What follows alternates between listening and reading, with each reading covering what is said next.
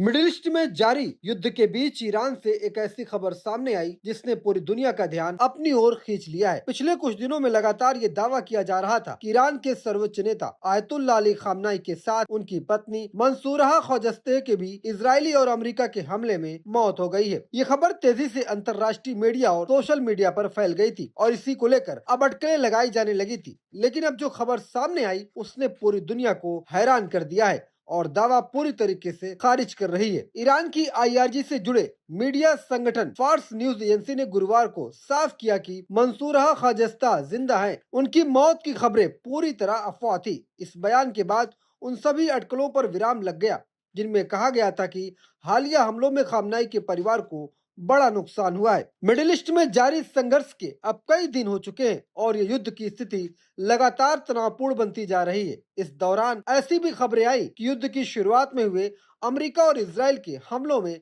Ayatollah Ali खामनाई की भी मौत हो गई थी। इन खबरों ने अंतर्राष्ट्रीय स्तर पर हलचल मचा दी है।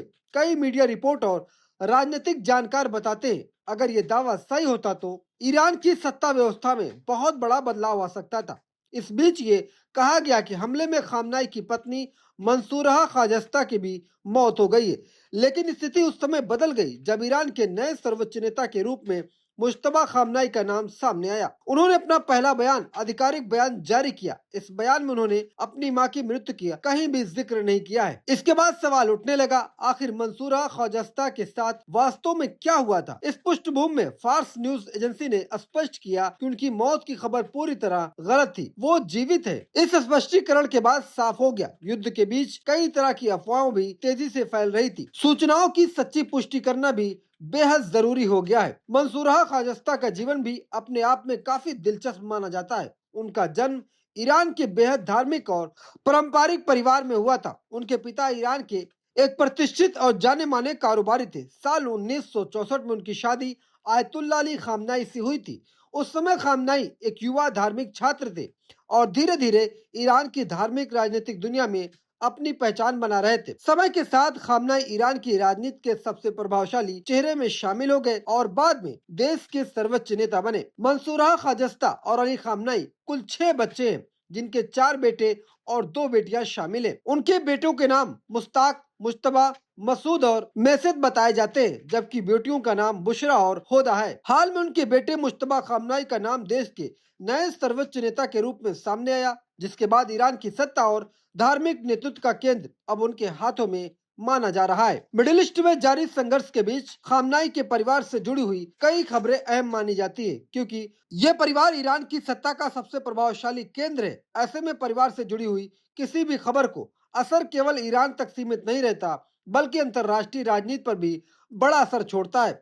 जानकार कहते हैं कि युद्ध के दौरान जानकारी अफवाह भी एक तरह के हथियार की तरह इस्तेमाल की जाती है। कई बार इनका असर वास्तविक युद्ध से कम नहीं होता। यही वजह है कि इस खबर ने पूरी दुनिया में हलचल मचा दी थी। कई देशों में राजनीतिक गलियारों में इसे लेकर कई चर्चा तेज हो गई थी।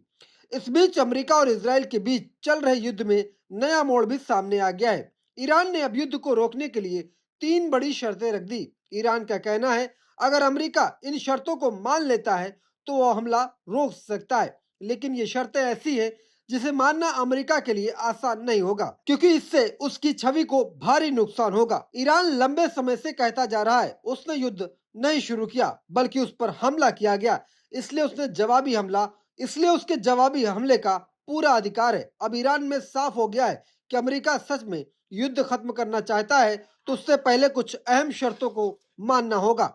ईरान के राष्ट्रपति मसूद पजेश्कियान ने सोशल मीडिया प्लेटफॉर्म एक्स पर पोस्ट करते हुए कहा, इस युद्ध को खत्म करने का रास्ता केवल 3 शर्तें के जरिए निकाला जा सकता है। ईरान की पहली शर्त यह है कि अमेरिका और उसके सहयोगी देश ईरान के कानूनी संप्रभुता का अधिकार को मान्यता दे। दूसरी शर्त यह युद्ध के दौरान हुए नुकसान को ईरान के हर जाने के तौर पर दिया जाए।